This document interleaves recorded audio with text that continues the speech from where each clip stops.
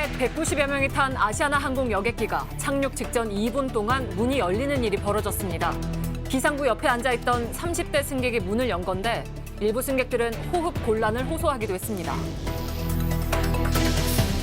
민주당 전당대회 돈봉투 의혹을 수사하는 검찰이 돈을 마련하고 전달한 혐의로 강래구 전 한국투자원공사 감사를 재판에 넘겼습니다. 검찰은 국회의원에게만 300만 원이 든 돈봉투 20개가 전달된 걸로 봤는데 많게는 민주당 의원 20명이 수사 선상에 오를 걸로 보입니다.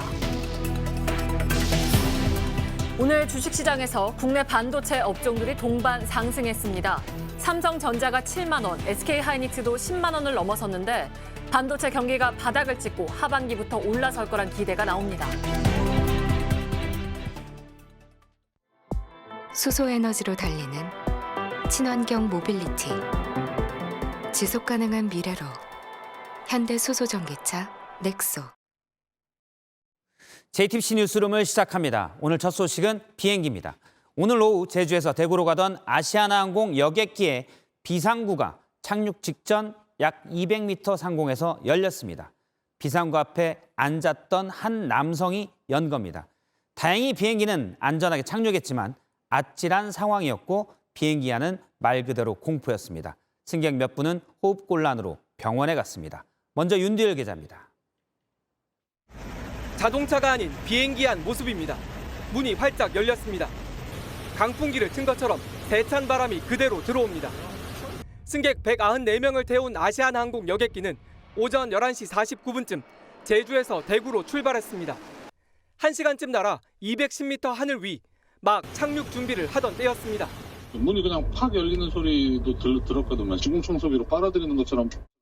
비상구 바로 옆 좌석에 탄 30대 남성이 문을 연 겁니다. 이 남성이 앉은 쪽에는 승무원 좌석이 따로 없습니다.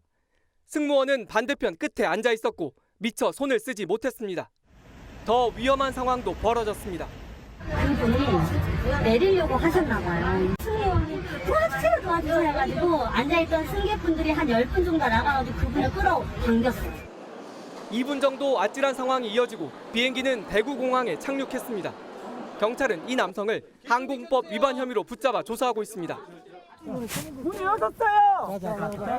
전혀 대화가 안 됐습니다. 정신적으로 힘든 부분이 있어가지고 아무래도 축 잡고 몸이 처지는 그런 상태였는데.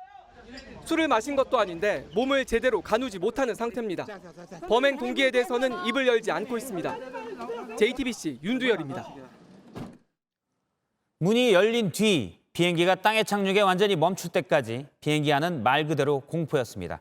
특히 해당 비행기의 비상구 근처에는 학생들이 꽤 있었는데 여러 명이 호흡곤란을 호소했고 착륙하자마자 병원에 갔습니다. 계속해서 배승주 기자입니다. 자리에 앉아 안전벨트를 매고 착륙을 기다리고 있었습니다. 착륙 준비한다고 방송 나오고 내려오는 도중에 갑자기 강한 바람과 뿌연 먼지가 밀려왔습니다. 엄청난 소음은 귀가 아플 정도였습니다. 그 바람이 뭐를 확 잡아당긴다는 느낌. 바람이나 외부 환경이나 그런 충격들은 다 맞닥뜨린 거지. 영화에서나 볼 법한 일이 벌어지자 다들 얼어붙었습니다. 선생님 타세요. 막 이제 응급 상황이 된 거죠. 그 소리도 못 지르면서 진짜 벌벌벌 떨고 일어날 수도 없는 상황이에요. 빨려나갈 수 있으니까. 무사히 착륙했지만 놀란 가슴은 쉽게 가라앉지 않습니다. 다 조금만 한 2, 3분만 일찍 열어버렸으면 몇 명 빨려 나갔을 거라고. 승객 194명 중에는 내일 울산에서 열리는 전국 소년체육대회에 참가하려는 제주 지역 선수와 코치 등 60여 명도 있었습니다. 엄청 놀랐죠. 예, 우는 아이들도 많았고 과호흡이래요. 손발이 경직되고 하는 증상까지 아이들이 좀 몇몇 보여가지고. 이 중 9명이 호흡곤란과 메스꺼움 등을 호소해 병원 치료를 받았습니다. JTBC 배승주입니다. 궁금한 것은 위험한 비행기의 비상구가 누구나 그냥 열면 열리는지입니다. 비상구니까 비상시 손쉽게 열려야 하는 건 맞지만 비상시가 아닐 때도 누구나 손쉽게 열 수 있다면 그건 대책이 필요합니다. 김지윤 기자입니다. 여객기가 높은 순항고도에서 비행하고 있을 경우 기내 안팎의 기압 차이는 커집니다. 이땐 외부의 압력이 낮기 때문에 기내에서 비상구를 강제로 여는 건 불가능합니다. 하지만 이번 사고처럼 여객기가 착륙 직전에 200m 상공에 있다면 얘기는 달라집니다. 기압 차이가 크지 않기 때문에 비상문 손잡이에 힘을 주고 올리면 충분히 열릴 수 있는 겁니다. 한 항공 전문가는 착륙을 준비하는 2000여 피트 높이부터는 여객기 안팎의 기압이 0.25 psi 이하로 낮아지면서 비상구를 열 수도 있다고 말했습니다. 일각에선 이 같은 사고를 막기 위해 항공사 직원이 비상문 관리를 하는 제어 시스템이 있어야 한다는 지적도 나옵니다. 이에 아시아나 한 관계자는 비상구는 말 그대로 예기치 못한 상황에서 바로 열 수 있어야 하기 때문에 중앙 통제식은 어렵다고 말했습니다. 하지만 수백 미터 상공에서 문이 열릴 수도 있다는 주의나 공지는 없는 상황입니다. 지하철이나 버스도 비상구를 여는데 2중, 3중 안전장치를 두고 있는 만큼 관련 대책이 필요하다는 지적이 나옵니다. 국토교통부는 아시아나 항공 승무원들이 안전수칙을 제대로 이행했는지, 여객기 비상구에 결함은 없는지 등을 조사하고 있습니다. JTBC 김지윤입니다. 그러면 오늘 해당 비행기에 탑승했던 한 분을 전화로 연결해 당시 상황에 대해서 좀 더 들어보겠습니다. 강명덕 님인데요. 유도부 코치인데 초등부 학생들과 함께 비행기에 탔었습니다. 코치님 나와 계시죠? 여보세요? 예, 먼저 많이 놀라셨을 텐데 인터뷰에 이렇게 응해 주셔서 감사합니다. 네. 제가 듣기로 열린 비상문보다 4칸 앞에 있는 좌석에 앉아 있었다 들었는데요. 비상구가 갑자기 열렸을 때 비행기 안에서도 그 충격이 고스란히 느껴졌습니까? 네, 그 소리가 엄청 크게 나면서 이제 뒤쪽으로 바람이 쭉 날리는 느낌이 들어서 예. 뒤로 돌아봤더니 이제 비행기 문이 열린 걸 확인했습니다. 예, 큰 소리와 바람. 뒤를 돌아보셨군요. 네, 당시 그 비행기 비상구 쪽 문이 열려 있는 그러니까 비상구 쪽 상황은 어땠습니까? 돌아보셨을 때. 이제 소리가 엄청 크게 나면서 이제 문이 열린 게 확실히 보였고, 예. 이제 사람들이 웅성웅성거리면서 소리 지르는 것도 많이 났고, 이제 엄청 당황했던 그런 생각이 들었습니다. 일단 소리가 많았고요. 네. 고도가 약 200m였다고 하는데 저희가 이제 제보 영상들에 보면 그런 상황은 좀 없긴 했습니다만 안에 계셨으니까요. 혹시 물건이 떨어진다거나 또는 가볍게 보이는 물건이 날아다닌다거나 그런 상황은 없었습니까? 네, 뭐 물건이 떨어지거나 이제 뭐 다른 게 이제 나가거나 하는 상황은 없었고, 그냥 예. 전부 다 승객들이 안전벨트를 잘 매고 있어서 예. 그냥 뒤로만 돌아보는 상황이어서, 예, 이제 뒤쪽만 이제 시끄러운 소리만 계속 났던 것 같아요. 예. 지금 뒤에 확인되는 바에 따르면 몇몇의 증언이 있습니다. 그러니까 이 비상구를 연 30대 남성이 내리겠다고 말을 했다라는 목격자들의 증언이 있었습니다. 당시 승무원들이 이분을 말리고 도와달라고 소리를 쳤다고요?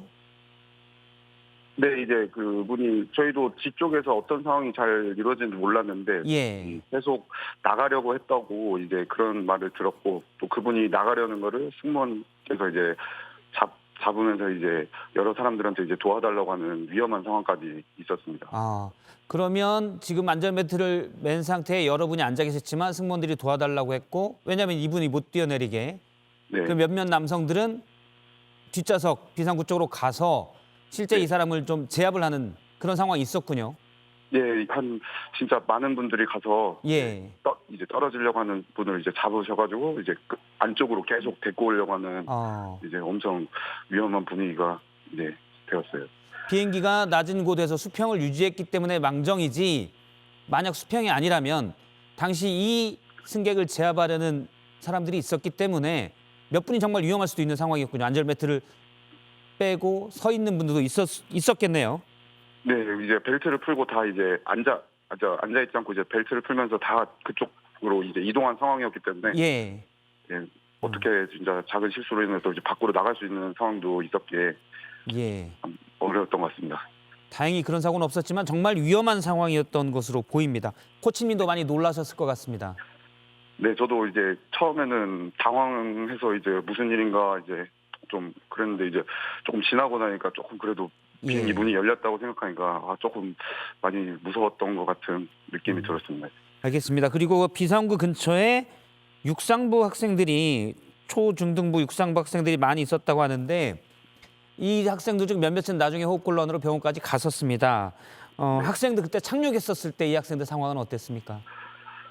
예, 저희가 다 내리고 앞에서 먼저 내렸는데 이제 나중에 오는 친구들을 보니까 이제 우는 친구들도 있었고 엎드려서 이제 계속 힘들어하는 모습을 좀 본 것 같아요. 이제 코치님들이 가서 이제 많이 달래주고 이제 괜찮다고 위로도 해주고 이제 그런 친구들이 많아서 좀 많이 걱정이 됐던 것 같아요.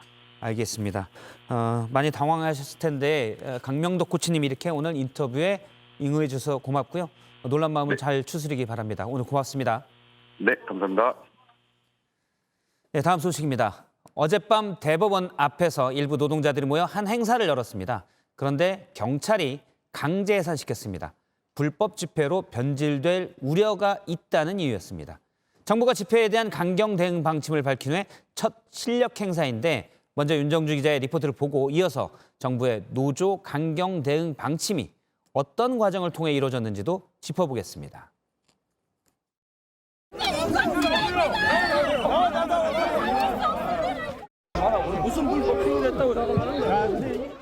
어젯밤 9시 경찰이 노동자 한 명 한 명을 끌고 인근 공원으로 이동시킵니다.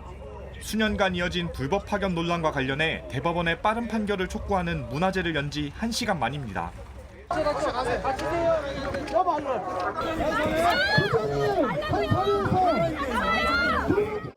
문화제와 노숙농성은 예술 오락에 관한 집회로 신고 대상이 아닙니다. 실제 지난 3년간 같은 장소에서 같은 행사가 20여 차례 열렸지만 경찰이 물리력을 행사한 건 단 한 번도 없었습니다. 경찰도 최소한의 질서 유지를 위한 인원만 투입했습니다.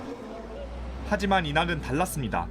문화제 준비 과정에서 참가자 3명을 연행하고 600명 넘는 경찰을 투입해 노동자 100여 명을 강제 해산시켰습니다. 지금 밤 11시가 가까워진 시각인데요. 노동자 80여 명이 내일 아침까지 이곳을 지키기 위해 자리를 펴고 준비하고 있습니다. 인근 공원에서 밤을 보낸 노동자들은 대법원 앞에 다시 모였습니다. 경찰이 이렇게 한순간 태도가 바뀐 것은 대통령의 한마디 말 때문입니다. 과연 무엇 때문에 노동자에게만 유독 법은 엄정해야 합니까? 강제 견인 등 원천 봉쇄, 강제 해산, 참가자들에 대한 현행범 체포, 경찰의 모든 행위들 어느 하나 위법하지 않은 행위들이 없었습니다. 경찰은 대규모 경력을 투입해 강제 해산에 나선 이유에 대해 불법 집회로 변질될 우려 때문이라고 밝혔습니다. JTBC 윤정주입니다. 방금 보신 것과 같은 집회에 대한 정부의 강경 기조는 이 사진에서부터 시작됐습니다. 건설 노동자 양회동 씨의 분신에 책임을 지라며 모인 민주노총의 1박 2일 집회에서 일부 조합원들이 술을 마시는 등 무질서한 모습이 목격됐다는 겁니다. 시민들이 불편을 겪고 또 집회 문화가 바뀌어야 한다는 목소리도 나왔습니다. 그런데 건폭이라는 말로 노조와 갈등을 키웠던 정부가 이 부분에 집중해 집회의 방식을 문제 삼았습니다.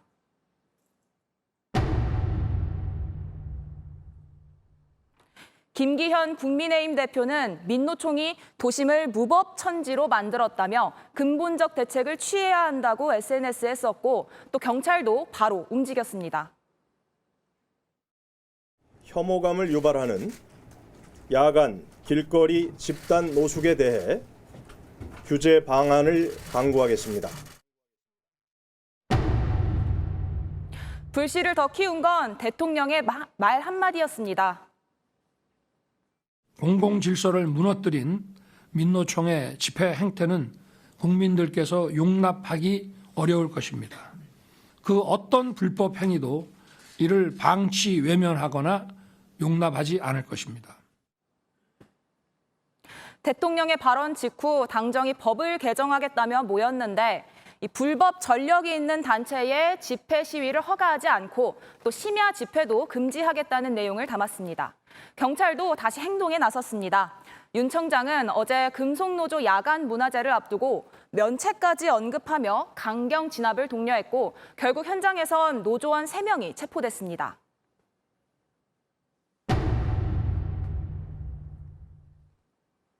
전문가들은 정부의 이런 기조가 사실상 집회 허가제와 다름없다며 헌법에 위배될 우려가 크다고 말합니다.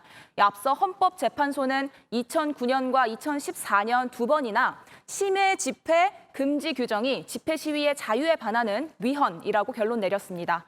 민주주의의 가장 중요한 의사표현 방식을 정부가 너무 가볍게 여기는 것 아니냐는 비판의 목소리가 커지고 있습니다. JTBC 박지영입니다. 후쿠시마 오염수 처리 과정을 둘러본 시찰단이 5박 6일의 일정을 마치고 귀국했습니다. 추가로 얻은 자료 이런 것까지 다 포함해서 저희가 설비별로 또 분야별로 추가 확인하고 분석해서 그런 작업이 되고 나면 그리고 나면 최종적으로 저희들이 종합적인 평가 의견을 내려고 하고 있습니다. 네, 그런데 일본에선 결과와 상관없이 일정대로 방류를 추진하는 모습입니다. 또 이참에 후쿠시마산 수산물에 대한 수입 금지 조치도 풀어야 한다는 목소리가 더 커지고 있습니다. 도쿄에서 김현애 특파원입니다. 일본 정부는 한국이 원하는 대로 최대한 설명하고 자료를 제공했다고 밝혔습니다. ALPS処理水の海洋放出の安全性につきまして韓国国内における理解が一層深まるようにですね引き続き取り組んでまいりたいと考えております。 일본은 조치를 할 만큼 했으니 계획된 일정대로 추진하겠다는 분위기입니다. 후쿠시마 원전 문제를 담당하는 경제산업성도 한국의 이해를 높이기 위해 시찰을 실시했다며 한국의 재시찰은 없다고 못 박았습니다. 일본은 대신 국제원자력기구가 오는 29일부터 다음 달 2일까지 마지막 검토를 한다고 밝혔습니다. 이 때문에 올여름 후쿠시마 오염수 방류가 굳어지는 모습입니다. 일본에선 이참에 한국의 후쿠시마산 수산물 수입 금지 조치를 해제해달라고 요구해야 한다는 목소리도 커지고 있습니다. 마이니치 신문은 일본 정부가 이번 시찰을 받아들인 건 다른 현안 사항, 즉 수산물 수입 금지 문제를 진전시키려는 목적이 있다고 설명했습니다. 한국 정부는 후쿠시마산 수산물 문제를 별개 문제로 인식하고 있지만 일본 정부는 이번 시찰을 수입 금지 해제를 위한 정지 작업으로 보고 있다는 겁니다. 도쿄에서 JTBC 김현예입니다. 삼성전자의 주가가 다시 7만 원을 돌파해서 1년 2개월 만에 최고가를 썼습니다. SK하이닉스도 작년 7월 이후 처음으로 10만 원을 넘기면서 한국 반도체가 다시 일어서는 신호탄이 될 수 있을지 시장의 관심도 높습니다. 김도훈 기자가 전해드립니다. 삼성전자가 오늘 7만 300원에 거래를 마치며 7만 전자로 되돌아왔습니다. 삼성전자가 7만 원을 넘어선 건 지난해 3월 이후 1년 2개월 만입니다. SK하이닉스도 지난해 7월 이후 처음으로 10만 원을 넘어서 10만 9,200원에 거래를 마쳤습니다. 삼성전자와 SK하이닉스, 한국 대표 반도체 기업들의 주가 상승은 미국 반도체 기업 엔디비아의 실적 개선 효과를 본 것이란 분석입니다. 인공지능 열풍 등으로 반도체 공급이 확대될 거란 기대에 삼성과 SK의 반도체 감선 효과로 하반기 실적이 좋아질 거란 전망까지 나오고 있습니다.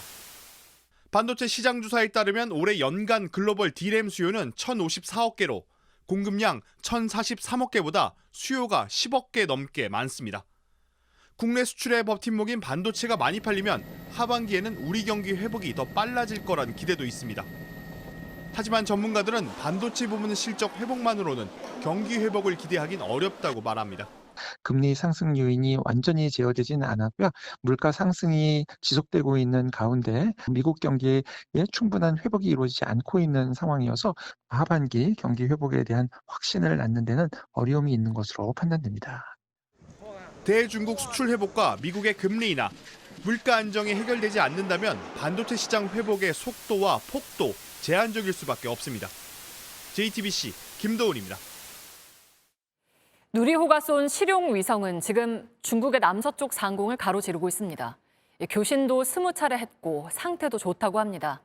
이로써 이제 우리나라도 우주 발사체 기술의 상용화를 향한 걸음마를 막 시작한 건데요. 넘어야 할 과제가 아직 많습니다. 김민 기자가 짚어봤습니다.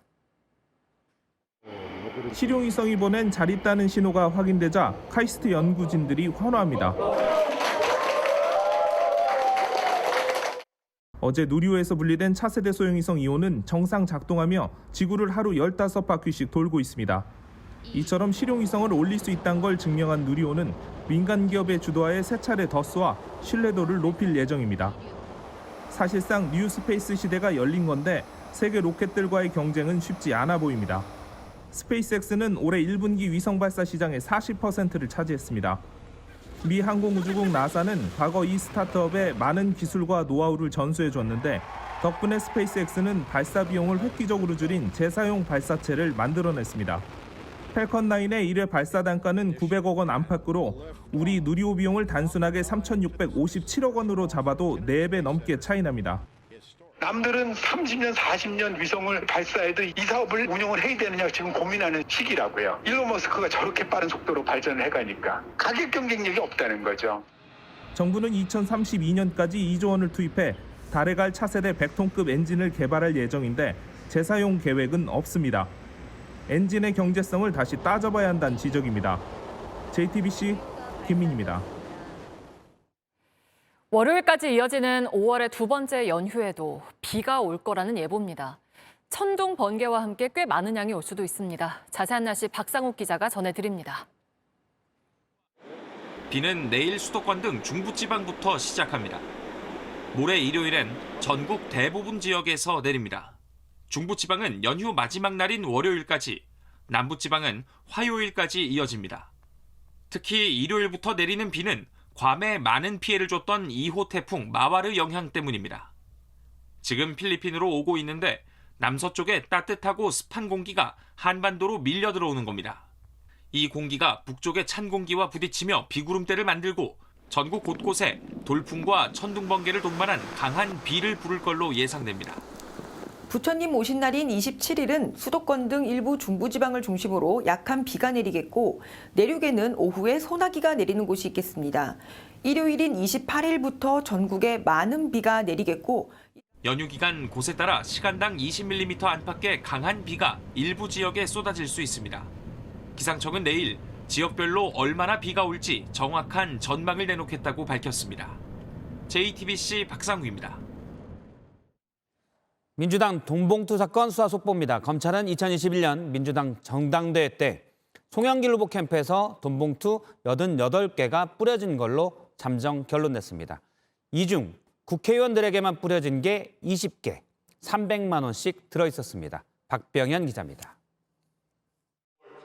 검찰은 2021년 민주당 전당대회를 앞두고 9,400만 원이 돈봉투 88개에 담겨 뿌려진 것으로 결론냈습니다. 자금 마련과 전달에 개입한 강래구 전 한국수자원공사 감사위원을 정치자금법과 정당법 위반 혐의 등으로 재판에 넘기면서입니다. 특히 검찰은 현역 국회의원들에게 모두 6천만 원이 전달됐다고 보고 있습니다. 300만 원씩 든 돈봉투 20개가 두 차례에 걸쳐 뿌려졌다는 겁니다. 많게는 민주당 의원 20명이 뒷돈을 받은 혐의로 수사 대상에 오른 건데 검찰은 의원들 상당수를 특정한 것으로 파악됐습니다. 돈 받은 사실이 확인되면 정치자금법과 정당법 위반 혐의로 현역 의원들이 무더기로 재판에 넘겨질 가능성이 있는 겁니다. 검찰은 또 캠프 지역본부장과 지역 상황실장들에게도 50만 원씩 든 봉투 68개, 모두 3,400만 원이 건네졌다고 봤습니다. 자금 중 5천만 원은 사업가 김모 씨가, 1,000만 원은 이성만 의원이 마련했고 나머지는 캠프에서 만든 것으로 보고 출처를 확인 중입니다. 검찰은 당시 송영길 당대표 후보의 당선을 위해 돈봉투들이 뿌려졌다고 설명했습니다. 이 과정을 주도한 혐의로 구속영장이 청구된 윤관석, 이성만 의원에 대한 국회 체포동의안 절차가 진행 중인 가운데 검찰은 송영길 전 대표의 소환 시기도 검토하고 있습니다. JTBC 박병현입니다. 네, 고위공직자 재산 공개 허점 기획보도입니다. 부모나 자녀가 독립적으로 생계를 꾸리고 있다면 재산 공개 대상에서 제외되는데요. 저희가 전수조사를 해보니 고위공직자 10명 중 4명이 가족 재산 공개를 거부했습니다. 얼마 전 김남국 의원의 코인 사태를 계기로 가상자산도 공개하기로 했죠. 하지만 역시 가족의 이름으로 이 코인을 숨긴다면 무용지물이 됩니다. 먼저 김한수 기자입니다. 곽상도 전 의원이 2년 전 공개한 재산 목록입니다. 독립생계를 이유로 자녀들의 재산 공개를 거부했습니다. 이후 곽 의원의 아들이 화천대유로부터 퇴직금 50억 원을 받은 사실이 드러나 논란이 됐습니다. 이렇게 가족 재산을 공개하지 않은 경우가 얼마나 되는지 JTBC가 고위공직자와 국회의원, 지자체 의원 등 2,370명을 전수조사했습니다. 가족재산 고지를 거부한 사람은 988명으로 40%가 넘습니다. 3년 만에 12%포인트 가까이 늘어 역대 최고치를 기록했습니다. 지난해 가족재산을 10억 원 넘게 신고했는데 올해는 고지를 거부한 사람도 10명이나 됩니다. 조은석 감사원 감사위원, 이명석 전남도의원, 정지용 구미경 서울시의원 등입니다. 이유를 물어봤습니다. 준비 갖추고 뭐 이런 것 때문에 안에는 한 번을 그냥 하셨다가 이제 고지 거부할 수 신청할 수 있는 기간을 넘겨버려가지고 지난해엔 실수로 공개했다는 겁니다. 전문가들은 가상자산을 공개해도 가족재산 고지를 거부할 수 있는 제도가 남는다면 얼마든지 재산을 숨길 수 있다고 했습니다. JTBC 김한수입니다. 네, 재산 공개 제도의 허점은 또 있습니다. 바로 비상장 주식의 가치평가입니다. 상장돼 있지 않으니 따로 가격을 매기긴 쉽지 않겠죠. 그런데 60억 원이라고 신고했던 주식을 그 이듬해 1억 원이라고 60분의 1로 줄여서 신고하기도 했습니다. 이어서 최현수 기자입니다. 외교부 산하의 한국국제교류재단 김기환 이사장의 재산 목록입니다. 부동산 임대업체의 비상장 주식이 보입니다. 이 주식의 가치는 지난해 60억 원이었는데 올해는 1억 원으로 신고했습니다. 김 이사장은 지난해 실수로 너무 많이 적었다고 했습니다. 개인적인 판단에 의해서 집어넣은 게 이게 과다 신고가 된 거죠. 전문가들은 해당 회사가 보유한 토지의 현재 가치가 890억 원이 넘는데 전체 지분의 10%가 넘는 주식의 가치를 1억 원으로 신고한 부분은 검증이 필요하다고 했습니다. 일부 공직자의 경우 직무 관련성 판단 기준에 의문이 남는다는 지적도 나옵니다. 복지부 산하의 오송첨단의료산업진흥재단 차상훈 이사장은 헬스케어 회사의 주식을, 산업부 산하의 한국남동발전 명의증 상인감사는 조카가 대표인 금속회사의 비상장 주식을 갖고 있습니다. 의료재단 이사장이 바이오 주식을 가져도 발전소 기관 고위직이 금속 주식을 가져도 모두 문제 없다는 판단이 나왔습니다.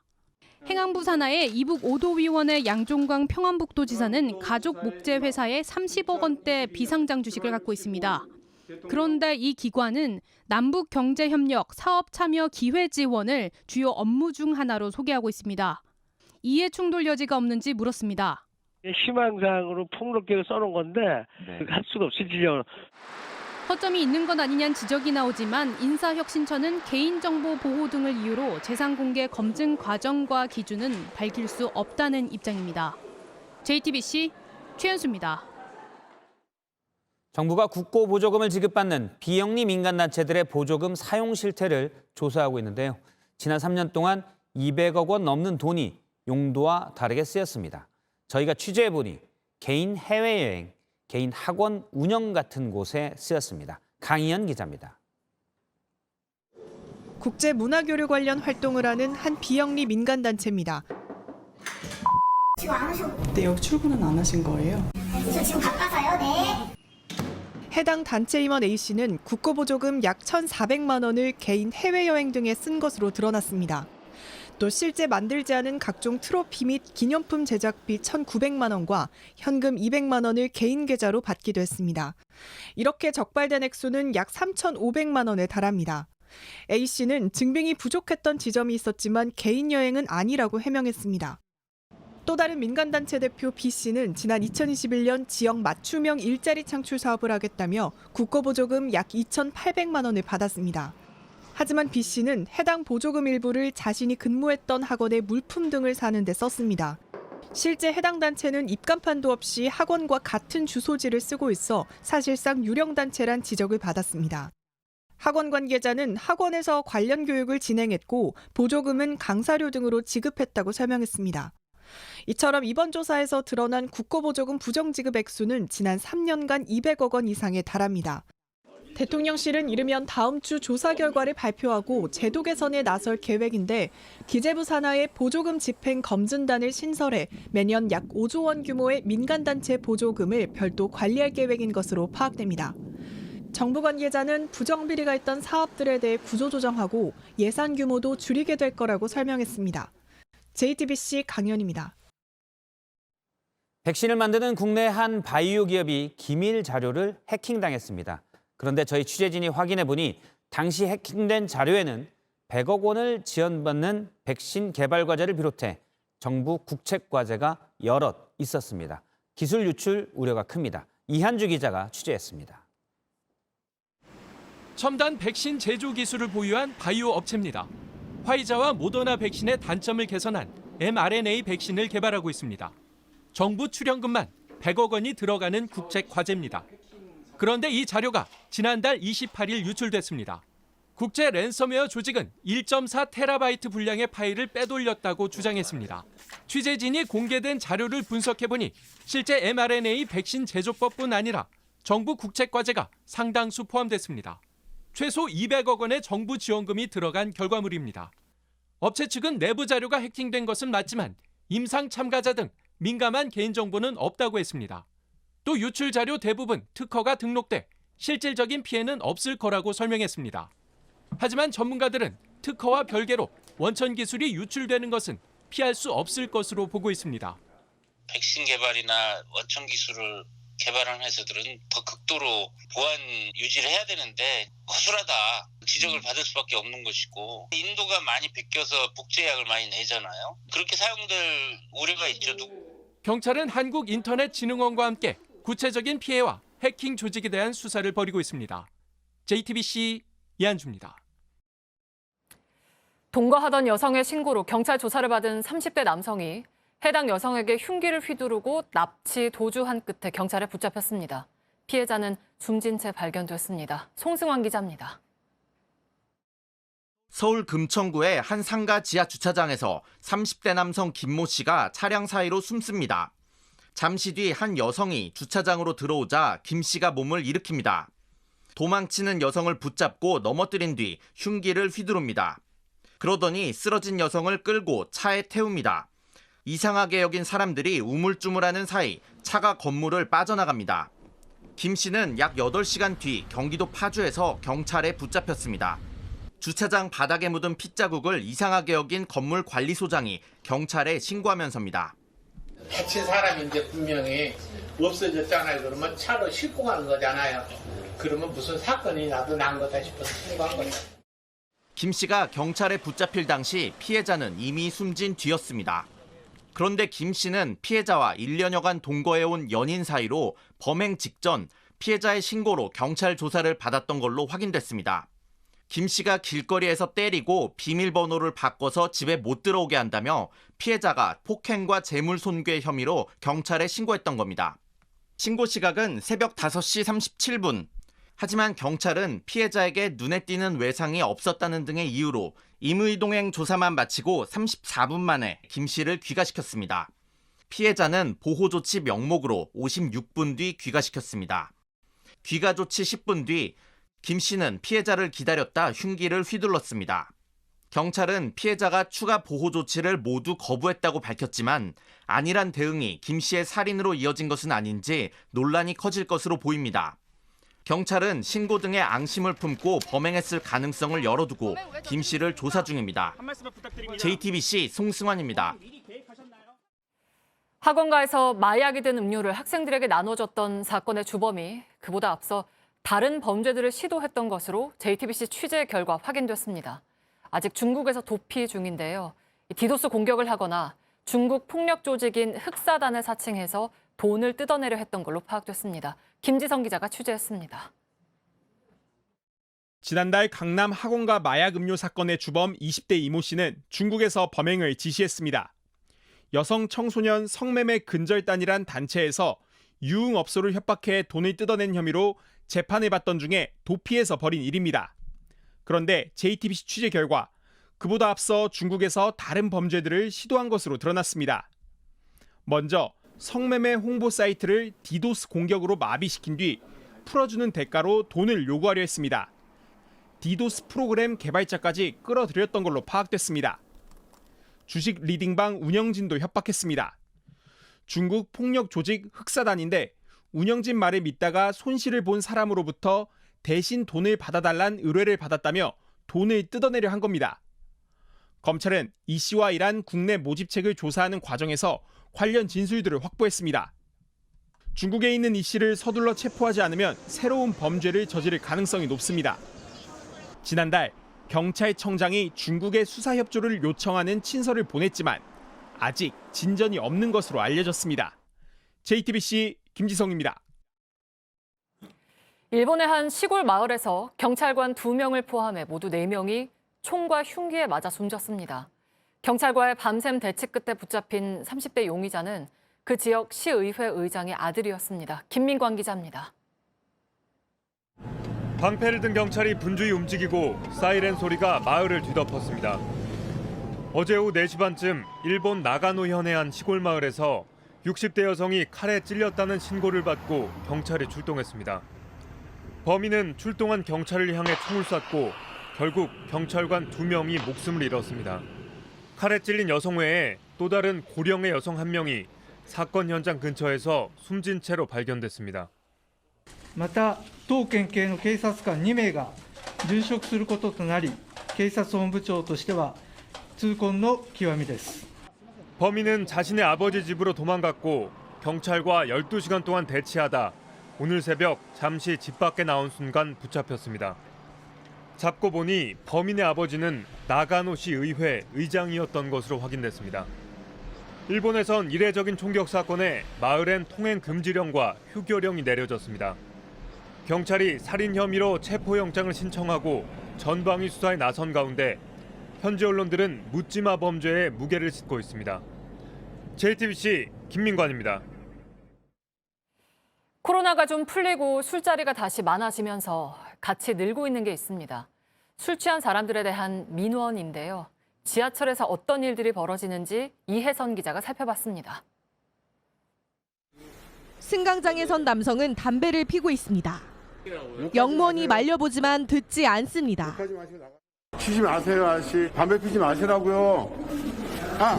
어떤 건데? 나가달라고 부탁하자 스크린 도어를 치고 욕을 내뱉습니다.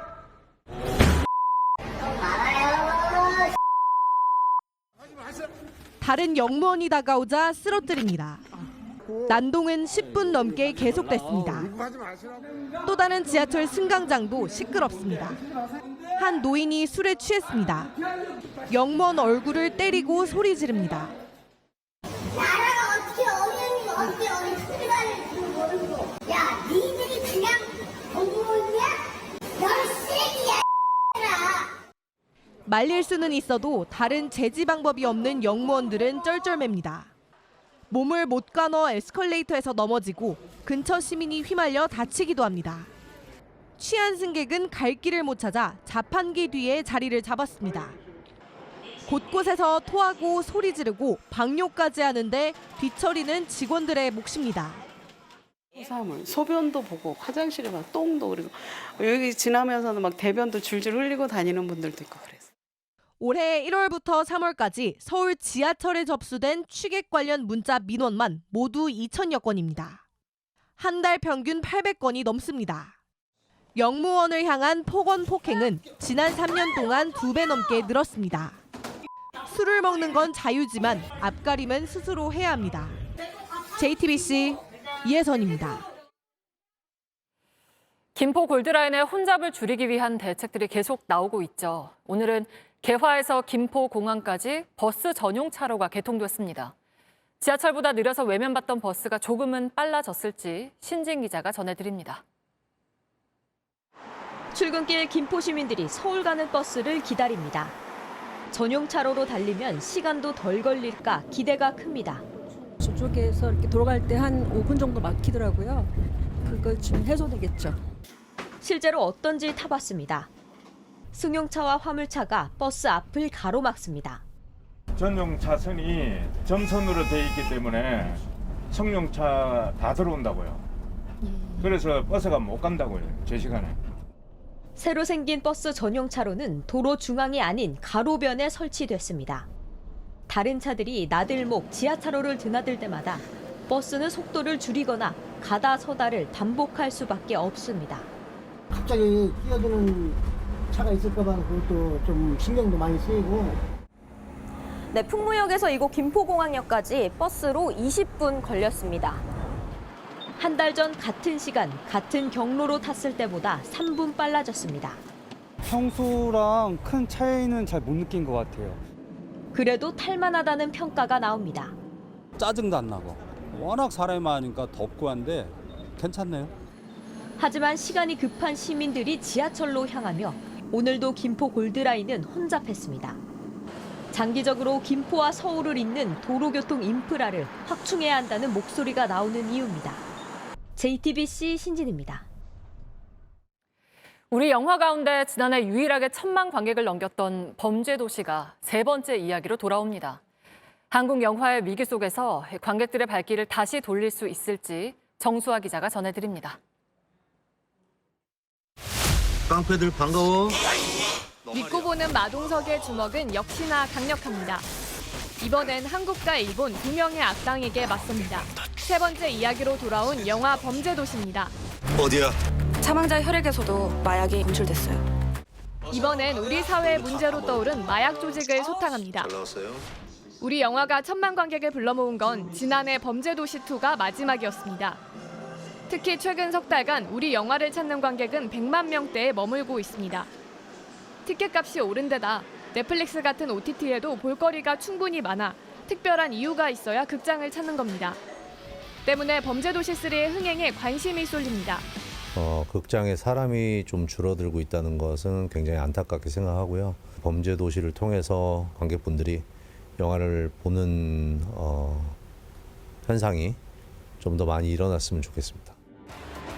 무더위로 극장을 자주 찾는 여름을 앞두고 한국 영화 제작들도 반격을 준비하고 있습니다. 배우 김혜수와 염정아, 조인성 등이 나선 밀수는 바다를 배경으로 밀수꾼들의 이야기를 그립니다. 신과 함께 시리즈를 흥행시킨 김용화 감독의 더문 역시 개봉을 기다립니다. JTBC 정수아입니다.